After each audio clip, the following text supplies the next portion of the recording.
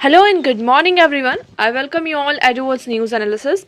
Today is 3rd July 2023 and we are going to discuss important news and articles from the Hindu newspaper. So let's see what important news we got today to discuss. Before starting the video, for PDF join Telegram channel Edwards News Analysis. Link आपको description box में provided है. Make sure video को last तक देखें so that सारी important news आपकी यहाँ पर कवर हो. तो चलिए स्टार्ट करते हैं और देखते हैं आज हमें क्या क्या डिस्कस करना है. Now first article is Ajit Pawar splits NCP returns as Deputy CM. 8 more join cabinet. Now we all know that आप सभी को यहाँ पर पता होगा कि कल क्या हुआ है. तो आप यहाँ पर देखेंगे नेशनलिस्ट कांग्रेस पार्टी जिसको यहाँ पर अजीत पवार जी लीड कर रहे थे, तो उन्होंने क्या किया है, अब नेशनल डेमोक्रेटिक जो अलायंस एनडीए है उनसे यहाँ पर क्या किया है, उनके साथ आ गए हैं और अब वो क्या बन चुके हैं, एक डिप्टी सीएम बन चुके हैं. ओके, उनके साथ साथ जो 8 और एमपीज थे, मतलब कि एमएलएस थे, उन्होंने भी क्या किया, पार्टी को मतलब कैबिनेट को ज्वाइन यहाँ पर किया है. ओके, इतना ज्यादा इसमें हमारा कुछ फैक्ट नहीं, बस ये न्यूज तो हमारी ये महाराष्ट्र से रिलेटेड है. ये महाराष्ट्र में जो एकनाथ शिंदे लेड यहाँ पर आपकी शिवसेना है, उनके साथ पार्टी को ज्वाइन कर लिया है और अब ये क्या बन चुके हैं, एक डिप्टी सीएम यहाँ पर बन चुके हैं. नेक्स्ट मूव करते हैं. अब पहले हम क्वेश्चन की तरफ बढ़ते हैं.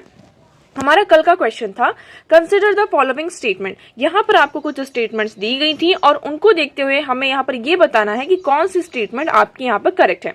आई होप यहाँ पे सभी ने आंसर किया होगा, बट बहुत सारे लोगों ने कल आंसर नहीं किया था. आप लोग ज्यादा से ज्यादा पार्टिसिपेट करिए. अगर आपको नहीं आता है तो हमने कई बार कहा है कि आप इसको सर्च कर सकते हैं, आपके पास इंटरनेट है, अदर सोर्सेस हैं, आप यहाँ पढ़ाई कर रहे हैं तो ऑब्वियस सी बात है कि आपके पास बहुत सारे यहाँ पे रिसोर्सेज अवेलेबल होंगे.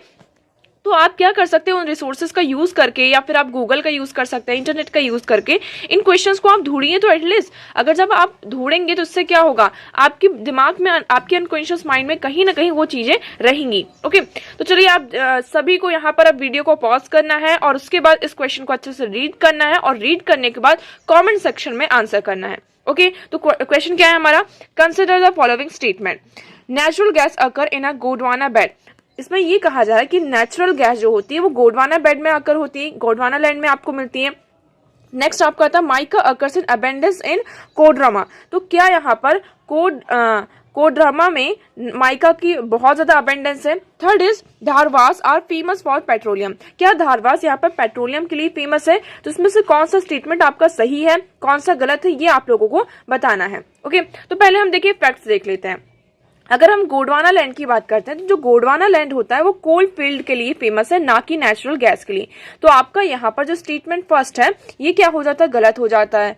ओके, सेकंड हम बात करते हैं तो सेकंड यहाँ पर बात होती है धारवाड़, कर्नाटक में है, has other minerals like iron, manganese and not petrol. तो यहाँ पर जो हम धारवाड़ की बात करते हैं ये पेट्रोलियम के लिए फेमस नहीं है. यहाँ पर जो अदर मिनरल्स आपके आयरन हो गया, मैग्नीज हो गया, तो इन जो ये मिनरल्स है इनके लिए यहाँ पर ये फेमस है, नॉट अ पेट्रोल. यहाँ पे पेट्रोल के लिए फेमस नहीं है. तो आपका सिर्फ राइट ऑप्शन क्या होता है, ऑप्शन बी. मतलब आपका जो सेकंड स्टेटमेंट है वो यहाँ पर सही होती है और बाकी जितने भी आपकी फर्स्ट और थर्ड स्टेटमेंट है वो गलत है. तो इसमें आपका ऑप्शन क्या होगा, ऑप्शन नंबर बी. आपको जो यहाँ पर ऑप्शन बी है वो क्या आपका राइट आंसर है. ओके, तो आई होप यहाँ पे सभी का आंसर सही होगा. नेक्स्ट मूव करते हैं हम. तो next article, next question is, आज का हमारा क्वेश्चन क्या है, which of the following is are characteristics in Indian coal. यहाँ पर हमें हमारा जो इंडियन कोल है उसकी कैरेक्टरिस्टिक्स बतानी है. ओके, क्या ये हाई ऐश कंटेंट है, इसमें आपका मतलब कि जो राख होती है, इसको हम ऐश को राख भी कहते हैं, इसमें इसका कंटेंट बहुत ज्यादा होता है. लो सल्फर कंटेंट, क्या इसमें लो सल्फर कंटेंट है. Third is low ash fusion temperature, क्या इसमें लो ऐश फ्यूजन टेम्परेचर है. तो हमें यहाँ पर हमारा जो इंडियन कोल है उसकी यहाँ पे कैरेक्टरिस्टिक्स बतानी ही, कौन कौन सी कैरेक्टरिस्टिक्स हैं. आप लोगों को इसको कमेंट सेक्शन में इसका आंसर करना है. इसका आंसर आप लोगों को कल मिलेगा. Okay, next question is the Ilbert Bill controversy was related to. यहाँ पर जो एल्बर्ट बिल आता है वो किस कंट्रोवर्सी से रिलेटेड है. पहला है imposition restriction the Indians of certain to carry arms by Indians. क्या यहाँ पर ये रेस्ट्रिक्शन इम्पोज करता है इंडियंस पर कि वो जो आर्म्स, मतलब इंडियन जो आर्म्स कैरी करते थे, तो क्या उन पर रेस्ट्रिक्शन इम्पोज करने के लिए एल्बर्ट बिल आया था. Imposition of restriction on news paper and magazine published in Indian languages. क्या ये न्यूज पेपर और मैगजीन जो इंडियन मैगजीन्स थी आपकी इंडियन लैंग्वेजेस पर आपकी इम्पोज होती थी, मतलब की पब्लिश होती थी, उस पर यहाँ पे रेस्ट्रिक्शन इम्पोज करता था. Removal of disqualification impose on a Indian magistrate with regard to trial of Europeans. तो यहाँ पर जो यूरोपियंस थे उनके ट्रायल के लिए इंडियन मजिस्ट्रेट पर डिस्क्वालिफिकेशन उनको रिमूव कर दिया जाता था। Removal of duty on imported cotton cloth, तो क्या यहाँ पर जो कॉटन क्लोथ होता था उस पर जो इम्पोर्ट ड्यूटी लगती थी उसकी रिमूवल के लिए था। तो आपको ये बताना है कि एल्बर्ट बिल इसमें से किस कॉन्ट्रोवर्सी से रिलेटेड था। आप लोगों को कॉमेंट सेक्शन में आंसर करना है, वीडियो के लास्ट में आपको इसका आंसर मिलेगा। तो चलिए आगे बढ़ते हैं। तो आगे बढ़ने से पहले हमारा आज का नेक्स्ट आर्टिकल है Kerala government to move Supreme Court against governor sitting in on many bills.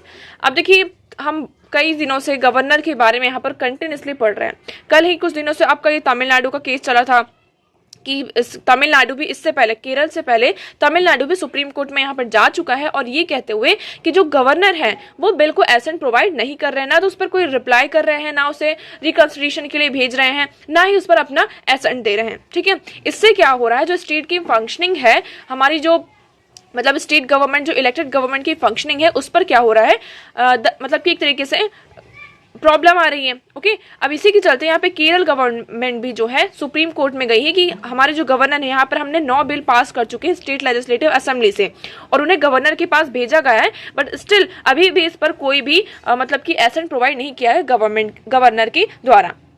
अगर हम गवर्नर की बात करते हैं तो आपके गवर्नर क्या होते हैं, स्टेट के कॉन्स्टिट्यूशनल हेड होते हैं। आप सभी को पता है स्टेट के कॉन्स्टिट्यूशनल हेड होते हैं और आपकी जो एग्जीक्यूटिव बॉडी होती है उसके भी क्या होते हैं, ये हेड होते हैं। बट यहाँ पर आपके पास गवर्नर की अगर हम बिल पर जो आपका एसेंट देने से प्रोविजन देखते हैं तो कौन सा आर्टिकल आ जाता है, आपका आर्टिकल 200। आर्टिकल 200 यहाँ पर क्या कहता है, आप देखेंगे आर्टिकल 200 के बारे में, ये 4 चीजें आपको बोलता है। तो गवर्नर के पास यहाँ पर पावर है किससे डील करने के लिए, रिगार्डिंग द बिल, जो स्टेट लेजिस्लेचर में आपके बिल पास होते हैं तो उससे डील करने के लिए गवर्नर के पास पावर है अंडर आर्टिकल 200। कौन कौन सी पावर है कि वो क्या कर सकते हैं, बिल को अपना एसेंट देते हैं तभी वो बिल क्या बनता है, एक्ट बनता है। ठीक है, कि आपने उसको मंजूरी दे दी। विद होल्ड इज एसेंट, अपना वो एसेंट होता है उसको विद होल्ड कर लेते हैं। विद होल्ड करने का मतलब ये होता है कि उसमें उन्होंने कोई भी एक्शन नहीं लिया, मतलब कि उसको मतलब उसमें अपना एसेंट नहीं दिया, हम कह रहे हैं उसमें हमने मंजूरी नहीं दी।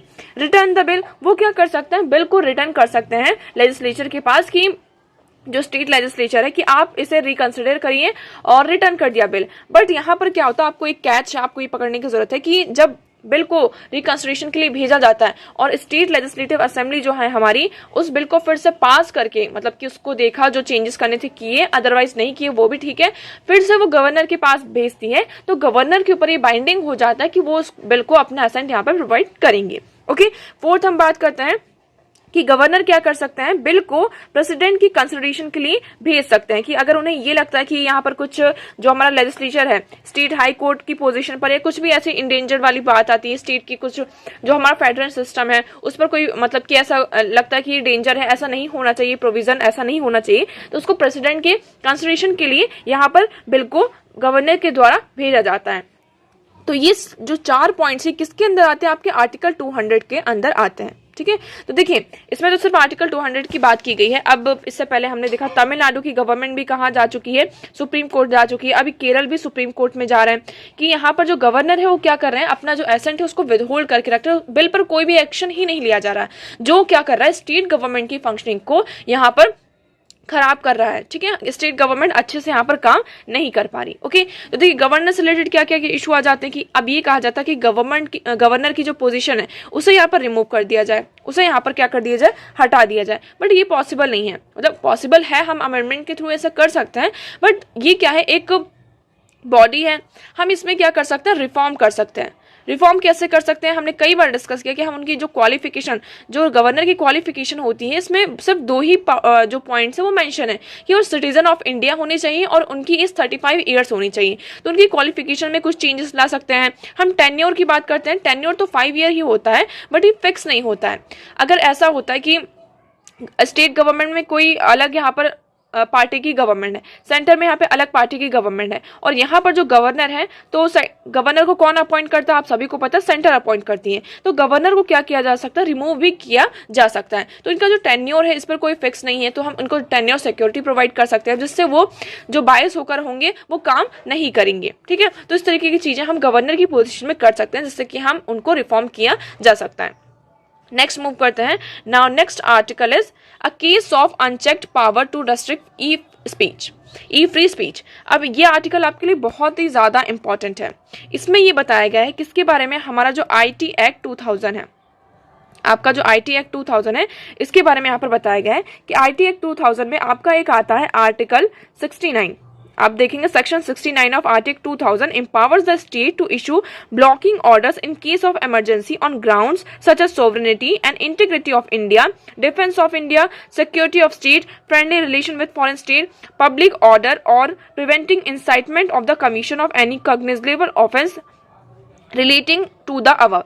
तो ये आपको याद रखना है, ये आपका IT एक्ट का 69 जो आपका हम बात करते हैं किसकी, सेक्शन 69A की यहाँ पर ये बात कर रहे हैं। ठीक है, अब यहाँ पर इशू क्या है, हम पहले केस समझते हैं। ये जो आर्टिकल पूरा लिखा गया है क्यों लिखा गया है, तो एक्चुअली अभी क्या हुआ है, ट्विटर आप सभी को पता है, ट्विटर में यहाँ पर हम क्या करते हैं, हमारे जो थॉट्स होते हैं, जो सारे जितने भी सोशल मीडिया हैंडल्स होते हैं, इसमें हम एक तरीके से अपना जो व्यू होता है वो एक्सप्रेस करते हैं। सोशल मीडिया एक तरीके से आपका क्या बन गया है, जरिया बन गया है, जिसके थ्रू हमारा जो व्यू होता है, थॉट्स होते हैं, एक्सप्रेशंस होते हैं, उसको हम एक्सप्रेस करते हैं। अब ट्विटर में क्या हुआ है कि एक पर्सन था, उन पर्सन ने गवर्नमेंट के अकॉर्डिंग, मतलब गवर्नमेंट के खिलाफ में ऐसा कुछ क्रिटिसाइज करके कुछ लिखा। तो गवर्नमेंट ने क्या किया, वहाँ पर उनका जो ये पूरा था उस ट्विटर जो उन्होंने ट्वीट किया था उसको भी हटाने की बात की है ट्विटर से, और उस पर यहाँ पर 50 लाख रुपए का फाइन भी इम्पोज किया है, और उसके साथ साथ उनका जो मतलब कि एक तरीके से आप कहेंगे क्या अकाउंट है उसको भी रिमूव करने की बात कही गई है। मतलब ये पूरा केस जाता है। तो देखिए, तो ये on 30 June 2023 Karnataka High Court dismiss Twitter challenge to issuance of blocking order by the Ministry of Electronics and Information Technology in connection with the taking down of Twitter account and specific tweets. The High Court admonished Twitter for not complying with the order and imposing astonishing cost 50 lakh on the United States based social media company. यहाँ पर US based एक social media company थी, उसके ऊपर 50 lakh rupees का क्या किया गया है, फाइन भी इम्पोज किया गया है, और उसका अकाउंट जो है ट्विटर से हटाने की और जो वो ट्वीट था उसको रिमूव करने की बात की गई है। अब यहाँ पर हम IT एक्ट 2000 की बात करते हैं, 69 की। इसमें हम बात करते हैं क्या ये एक तरीके से क्या कर रहा है, आपका जो freedom of speech and expression है उस पर यहाँ पे रेस्ट्रिक्शन इम्पोज कर रहा है। अगर हम freedom of speech and expression की बात करते हैं, आपका आर्टिकल 19 आता है।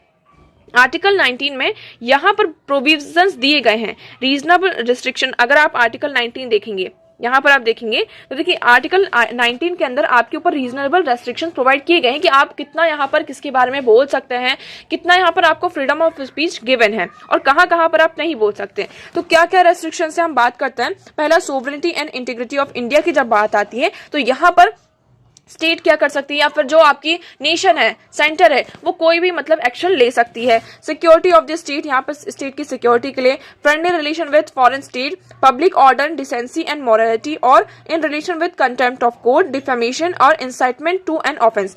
तो इन ग्राउंड्स पर क्या होता है, ये आपके रीजनेबल रेस्ट्रिक्शंस लगे हैं अंडर आर्टिकल 19। ओके, इतना आपको क्लियर हुआ। बट यहाँ पर क्या है, फेक न्यूज वाला इशू नहीं है।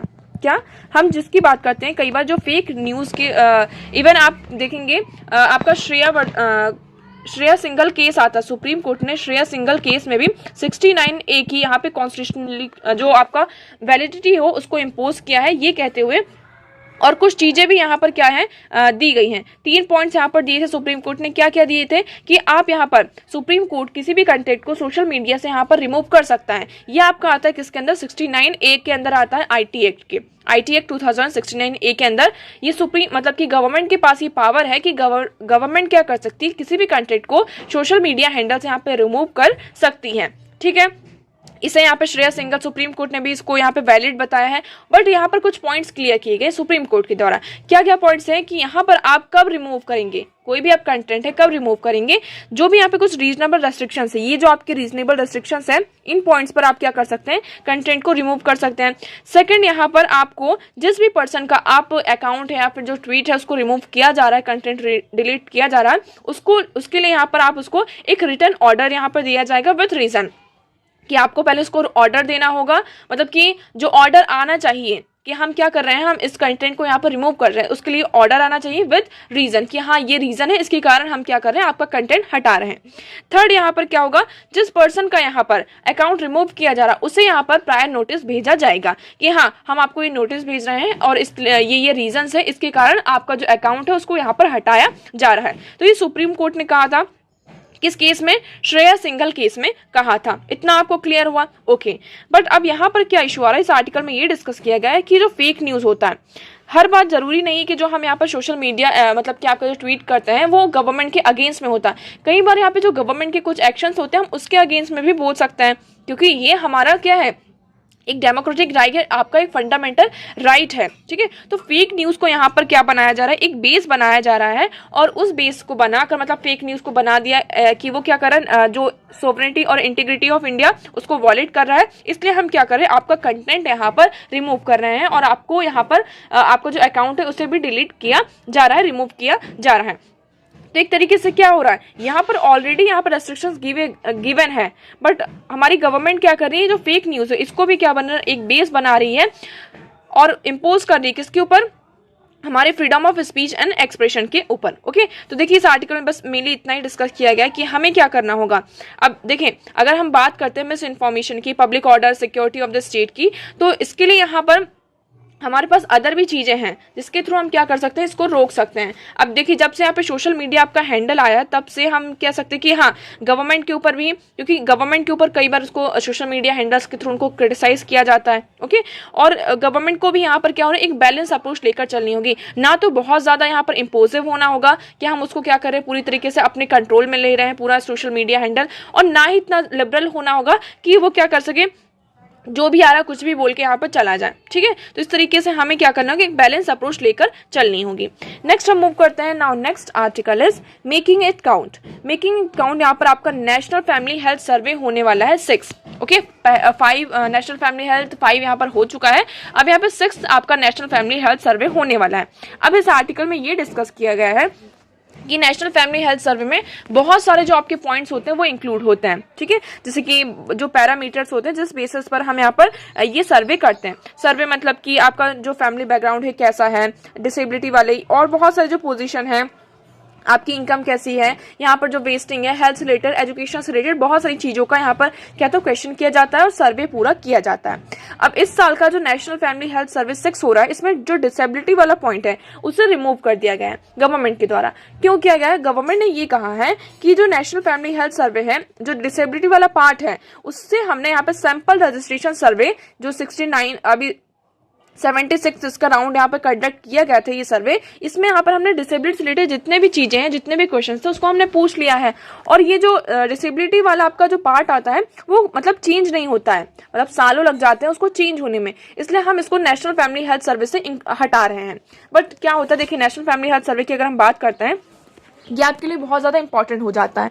नेशनल फैमिली हेल्थ सर्वे में हम यहाँ पर ये सर्वे हमारे किस काम में आते हैं, ये गवर्नमेंट की जो प्लानिंग वाला पार्ट आता है उसमें बहुत ही ज़्यादा इंपॉर्टेंट रोल प्ले करते हैं, इसलिए हम ये सारे सर्वे करते हैं। ठीक है, तो नेशनल फैमिली हेल्थ सिग्निफिकेंस की बात करते हैं, ये एक लार्ज स्केल पर होता है कि मल्टी राउंड सर्वे होता है जो हमारी किसके द्वारा कंडक्ट किया जाता है, ministry of health and family welfare के द्वारा इसे कंडक्ट किया जाता है। ओके, तो इतना आपको यहाँ पर क्लियर हुआ। तो इसमें बस यहाँ पर जो सोशल एक्टिविस्ट थे वो डिमांड कर रहे थे कि जो डिसेबिलिटी वाला पॉइंट है इसे यहाँ पर इंक्लूड किया जाए, रिमूव ना किए जाए।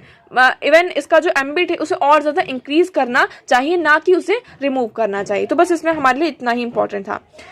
नेक्स्ट हम मूव करते हैं। देखिए ये आर्टिकल इतना ज्यादा इंपॉर्टेंट नहीं है, इसमें सिर्फ यही बताया जा रहा है, एक तरीके से गवर्नमेंट का क्रिटिसिज्म किया जा रहा है इस आर्टिकल में कि इंडिया की हम बात करें किसकी, कि हम नया भारत बनाएंगे, एक श्रेष्ठ भारत बनाएंगे, बट स्टिल इंडिया में बहुत सारी चीजें हैं जो आपको देखने को मिल रही हैं। जैसे कि हम बात करते हैं हार्ट रेंडिंग डेस्टिट्यूशन, मतलब कि अभी भी क्या है, इंडिया में बहुत ज्यादा गरीबी है, आपकी एक्सप्लॉयटेशन हो रहा है आपका फ्रीडम का।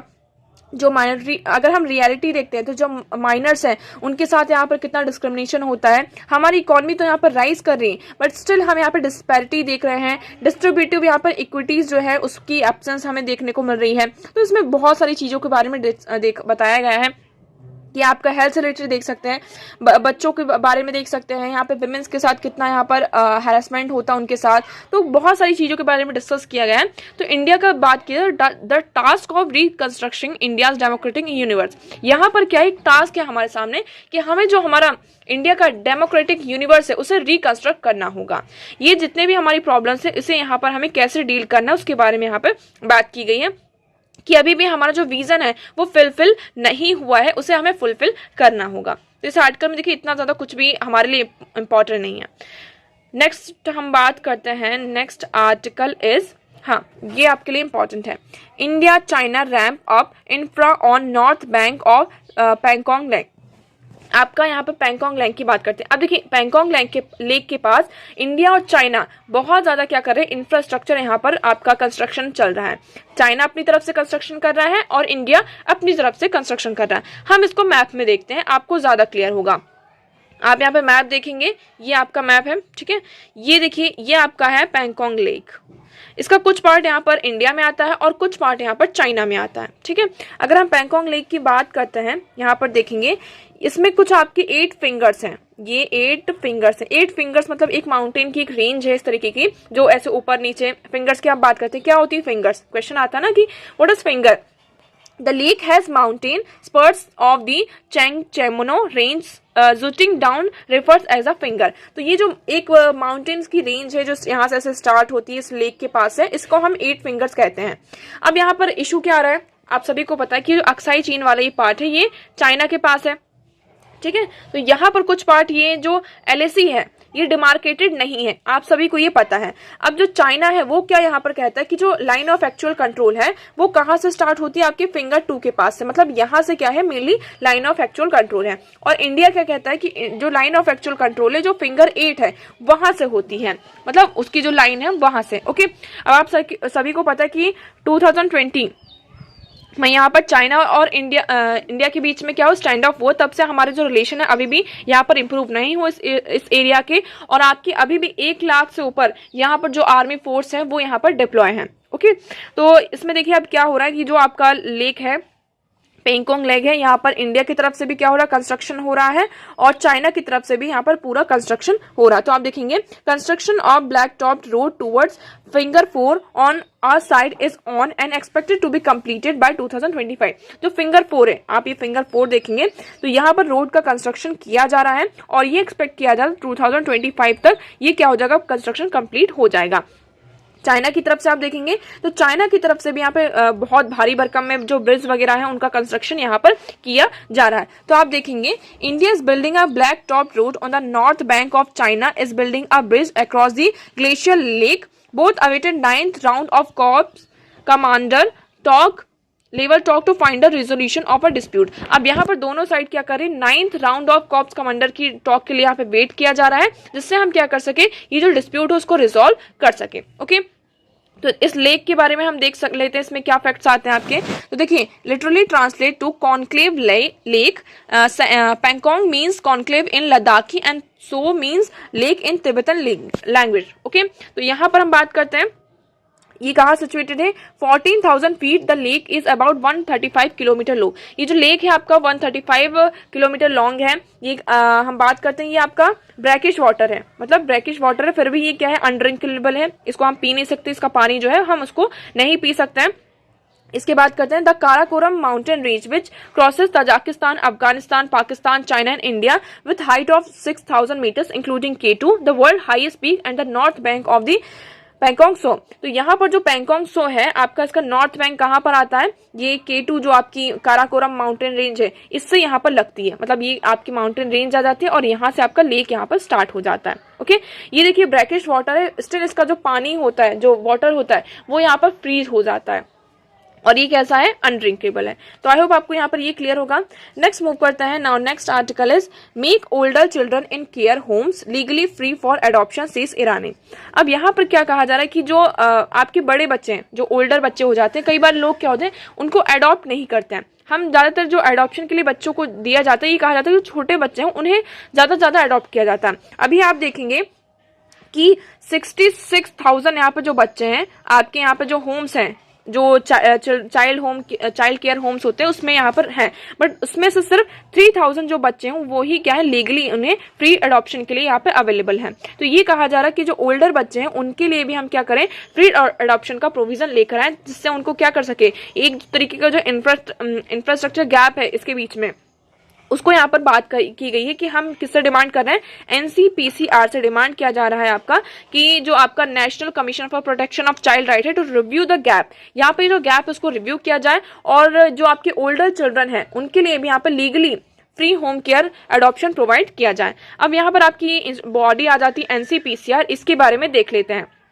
तो एनसीपीसीआर क्या है, national commission for protection of child right. NCPCR ये आपकी कब सेटअप हुई थी, 2007 में, under the commission for protection of child right act 2005। आपका यहाँ पर कमीशन आता है protection of child right act 2005 में, उसके तहत इस बॉडी को सेटअप किया जाता है।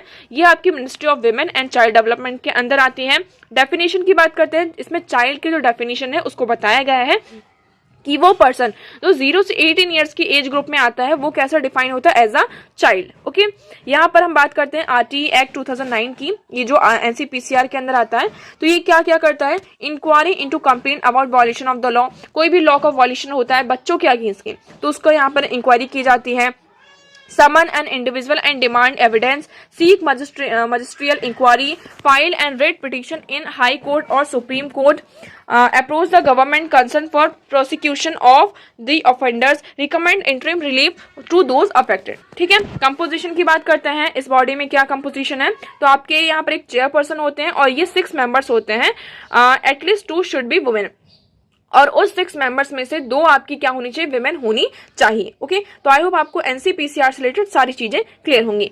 Okay, so moving towards the our question. आज का हमारा क्वेश्चन क्या था, तो देखिए, हाँ, क्वेश्चन था हमारा, the Ilbert Bill controversy was related to, Ilbert Bill जो आपकी कंट्रोवर्सी है वो किससे रिलेटेड है। तो पहले हम एल्बर्ट बिल के बारे में पढ़ते हैं, उसके बाद हम इस क्वेश्चन का आंसर करेंगे, तब आपको यहाँ पर ज्यादा क्लियर होगा। तो देखिए, Ilbert Bill is named after quantity Peregrine Ilbert who was appointed as a legal adviser of the Council of India. ये यहाँ पर जो एल्बर्ट थे उन्हें अपॉइंट किया गया था एज अ काउंसिल ऑफ, मतलब कि लीगल एडवाइजर की तरह, ठीक है, काउंसिल ऑफ इंडिया में। ये कब इंट्रोड्यूस हुआ था, 1883 में, बाय वाइसरॉय रिपन। यहाँ पर जो आपके वाइसरॉय रिपन थे उनके थ्रू यहाँ पर किया गया था, मतलब कि इंट्रोड्यूस किया गया था। Who actually desire to abolish the racial prejudice from the Indian Penal Code. यहाँ पर इंडियन पीनल कोड में जो रेशियल प्रेजुडाइज था उसको रिमूव करने के लिए इसे यहाँ पर लेकर आया गया था, इस बिल को। Ripon had proposed an amendment for existing laws in the country and follow Indian judges and magistrate the jurisdiction to try British offender in criminal case at the district level। तो यहाँ पर क्या था कि Ripon ने यहाँ पे क्या प्रपोज किया था कि जो इंडियन जजेस है ना, तो यहाँ पर जो existing law in the country and to allow Indian जजेस and magistrate the jurisdiction to try British offender in criminal cases at a district level, इस पे अमेंडमेंट करने की बात की गई थी। नेक्स्ट इसमें क्या है, it was never allowed before, so naturally Europeans living in India looked at the humiliation, and the introduction of the bill led to intense opposition in Britain as well as in India. So the withdrawn but as a reintroduction of a enacted in 1881 is severely compromised state। तो आपका ये जो Ilbert Bill controversy किससे related है, यहाँ पर Indian magistrate with regard to the trial और European, इस ये आपका जो ऑप्शन सी है इसमें से यहाँ पर क्या होता है, सही होता है। तो मैं उम्मीद करती हूँ यहाँ पर सभी ने इसका सही आंसर दिया होगा। तो आज इतने इंपॉर्टेंट आर्टिकल्स है, आई होप आपको सारी चीजें क्लियर होंगी। वीडियो कैसा लगा कमेंट सेक्शन में जरूर बताइएगा, वीडियो को लाइक करना है, चैनल को सब्सक्राइब करना है। So that's for all today, thank you so much for discussion.